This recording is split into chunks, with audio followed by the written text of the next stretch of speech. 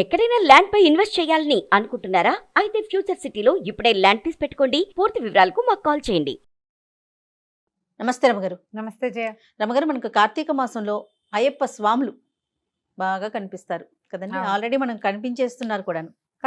ఇంకేముంది, వరుసగా వచ్చేసింది కదా మార్గశిరం. మాసంలోకి మన వచ్చేసాం తర్వాత కదా. ఇది వచ్చేస్తుంది, సంక్రమణ వచ్చేస్తుంది. అవునవును. ఉమ్.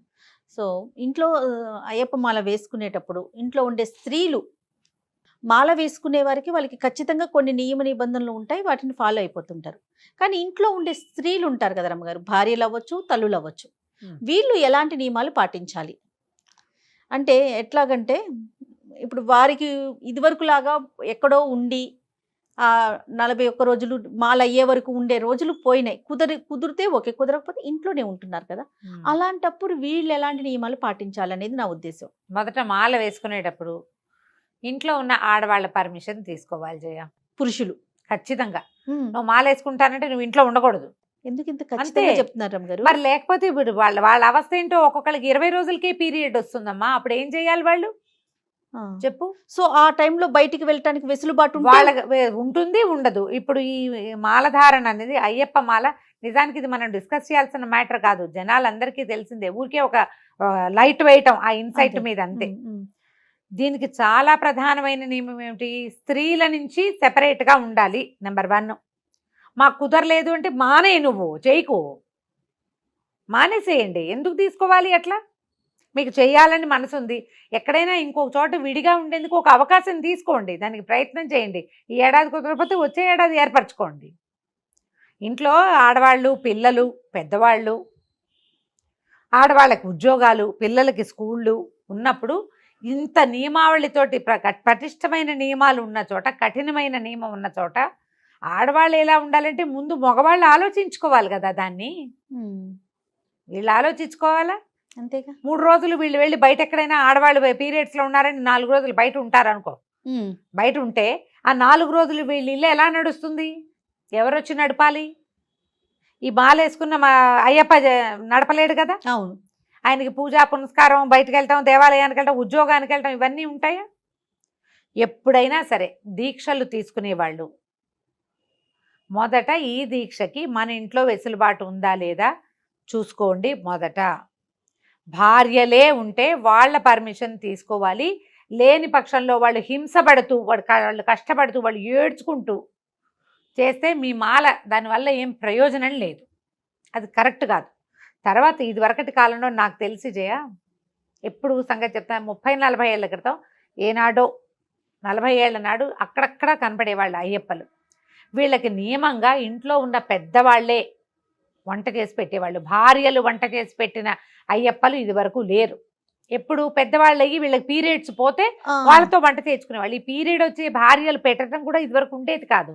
ఇప్పుడు క్రమంగా ఏమైంది, భక్తితో వేసేవాళ్ళు ఎలా ఉన్నా కొంతమంది ఉంటే ఒక 40-50 రోజుల పాటు ఈ హ్యాబిట్స్ నుంచి పక్కకి వెళ్ళటం కోసం తీసుకునే దౌర్భాగ్యులు బోళ్ళంతమంది తయారయ్యారు. వీడు అది మానే తలుచుకున్నాడు కాబట్టి ఏదో అయ్యప్పని వేసుకుని ఇంట్లో పెద్దవాళ్ళు ఎవరు లేరు. భార్య అమ్మాయికి రెగ్యులర్ పీరియడ్స్ వస్తాయి, పీరియడ్ లేనప్పుడు వంట చేస్తుంది, ఇలాంటిది వచ్చేసింది. ఇప్పుడు ఇది అసలు నియమావళిని మనం ఉల్లంఘిస్తున్నట్టే కదా. అంతేగా. ఉల్లంఘన ఎలాగూ జరుగుతోంది. ఈ ఉల్లంఘించేటప్పుడు వాళ్ళ పర్మిషన్ తీసుకోండి. వాళ్ళు కొంతమంది పాప ఎర్లీ పీరియడ్స్ వచ్చేస్తాయి, పిల్లలు చంటి పిల్లలు ఉండొచ్చు, చేయి మార్చుకునే అవకాశం లేకపోవచ్చు, పిల్లలతో సహా వీళ్ళు బయటికి వెళ్ళిపోలేరు. ఆ మగవాళ్ళు వచ్చేసరికి పోనీ వీళ్ళు మగవాడే 5 రోజులు ఎవరైతే దీక్ష తీసుకున్నారో స్వామి ఆయనే బయటకు వెళ్తాడు, ఎక్కడికో వెళ్ళిపోతాడు, ఈమెకి ఇబ్బంది రాగానే. 5 రోజులు ఈ ఇల్లు నడిపి మళ్ళీ అతను వచ్చేసరికి ఈ ఇల్లంతా ఈ అమ్మాయి శుద్ధి చేయాలంటే టంగులు తెగిపోతాయి జయ. అవునండి, చాలా కష్టం కదా, చాలా కష్టం. ఇలా ఏటా వెళ్ళిపోయేవాళ్ళు వాళ్ళు ఉన్నారు. మా ఇంటి దగ్గర ఒకరున్నారు, పప్పుకుని పేరు స్ట్రైక్ అవుట్ అలా.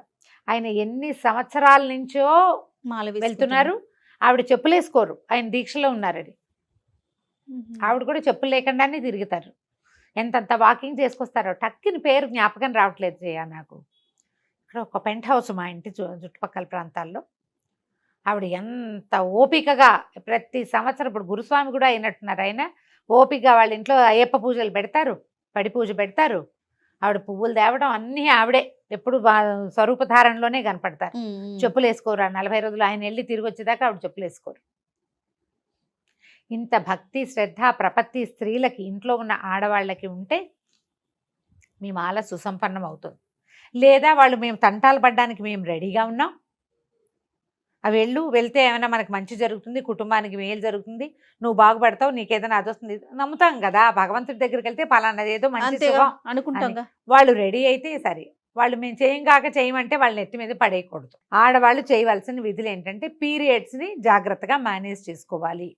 మొదట వాళ్ళు పరిశుద్ధంగా ఉంటారు కాబట్టి మీరు కూడా ఏ మధ్యాహ్నం 12ంటికి స్నానం చేస్తా, రాత్రి పడుకునేటప్పుడు చేస్తా లాంటివి కాకుండా మీ ఇంట్లో ఒక పీఠం పెట్టుకుని ఒక పూజా విధానం నడుస్తుంది కాబట్టి ఆ స్వామి ఏ విధానంలో ఉన్నాడో ఇంచుమించుగా మీరు కూడా అదే విధానపు పడక, అదే విధానపు స్నానము విధి పెట్టుకుంటే సరి. ఆయన భూసైనం చేస్తాడు. మీకు చిన్నపిల్లలు ఉంటే మీరు మంచం మీద పడుకున్నా ఓకే. ఇతరత్రా ప్రయాణాలు, పార్టీలు, ఫంక్షన్లకి వెళ్ళకుండా మనం ఈ 40 రోజులు అదే భక్తి భావంతో వెళ్ళగలిగితే చాలా బాగుంటుంది. ఇప్పుడు మగవాళ్ళు ఏదో చేశారు, మనం ఒకటి తెలుసుకోవాలి. ఇక్కడ మగవాడు ఏ పుణ్యకార్యం చేసినా, ఏ దైవ కార్యం చేసినా, ఎక్కడ దండం పెట్టినా అందులో 50% మనకి. కాబట్టి ఇది మంచికేనని నమ్మి వాళ్ళకి చేయగలిగినంత హెల్ప్ చేస్తే, చేయగలిగినంత సేవ చేసుకుంటే మనకి మంచిదే, కుటుంబానికి మంచిది. దీంట్లో కొంచెం బలువు సులువు ఆలోచించుకుని మరీ చిన్న పిల్లలు ఉన్నప్పుడు అప్పుడు పెట్టుకోకుండా ఉండి, లేదా మీ అమ్మనో అత్తగారినో తెచ్చి ఇంట్లో పెట్టుకుని వీళ్ళకి వండి పెట్టడము, మడిగా కొంచెం శుద్ధంగా అన్నీ కలపకుండా చేసి పెట్టే వాళ్ళని ఎవరినైనా అవకాశం చూసుకుని చేసుకుంటే ప్రెషర్ లేకుండా పూజ నడిచిపోతుంది. ఇప్పుడు ఏదైనా తీసుకున్నాం ఒక దీక్ష, దేవుడా రాముడా ఈ 10 రోజులు ఎలా గడుస్తాయిరా అనుకోకూడదు. కరెక్ట్ రమ్మగారు. ఆడుతూ పాడుతూ చేయగలగాలి. భగవత్ సేవ ఆడుతూ పాడుతూ చేస్తేనే మనకు మంచిది. ఇంకా ఎప్పుడు అని రోజులు ఇంకా ఎన్నాళ్ళు అని లెక్క పెట్టుకుంటుంటే దానివల్ల ఏం పుణ్యం? అవును, ఉపకారం ఏం లేదు. దానివల్ల ఉన్నది అనవసరంగా చెడుస్తుంది. జాగ్రత్తగా చేయండి. మీరు చెప్పులు వేసుకుంటారా వేసుకోరా, నేను ఆఫీస్కి వెళ్ళాలి, అవన్నీ మీ ఇష్టం అమ్మా. ఎవరి విధానం వాళ్ళదే. కానీ శుచి శుభ్రత, కొంచెం మడి మైల పాటించి ఈ స్వాములు ఎవరైతే అయ్యప్ప సేవకు వెళ్ళదలుచుకున్నారో వాళ్ళకి సహకరిస్తే, ఆడవాళ్ళు కూడా సహకరించే పరిస్థితి ఉన్నప్పుడే దీక్ష తీసుకుంటే మగవాళ్ళు కూడా మంచిది. అంతే. ఇదేముంది, కార్తీకం, పైగా చలికాలం ఇది. ఈ చిన్నపిల్లలు పొద్దున్నే స్నానాలు అవి చేయగలుగుతారు, చేయలేకపోతారు. అందరి ఆరోగ్యాలు ఒకలా ఉండవు. కొంతమంది పీరియడ్స్లో ఇష్యూస్ ఉండొచ్చు, హెల్త్ ఇష్యూస్ ఉండొచ్చు. అవన్నీ సపోర్ట్ చేయాలి కదా. అవును అవును. దాన్ని చూసుకుని దిగండి. ఏ దీక్ష అయినా సరే, ఇదే కాదు, భవానీ దీక్షలు తీసుకుంటారు, గోవింద దీక్ష తీసుకుంటారు, హనుమత్ దీక్ష తీసుకుంటున్నారు, శివ దీక్షలు కూడా అట. ఏ దీక్ష అయినా సరే మగవాళ్ళ దీక్ష అంటే ఆడవాళ్ళ ఒప్పుదల ఉండి తీరాలి. ఇది నియమం పెట్టుకోవాలి.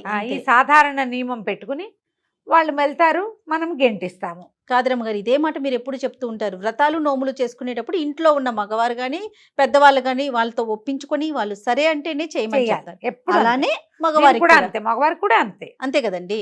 అంతే. అదే కదా. నమస్తే. నమస్తే.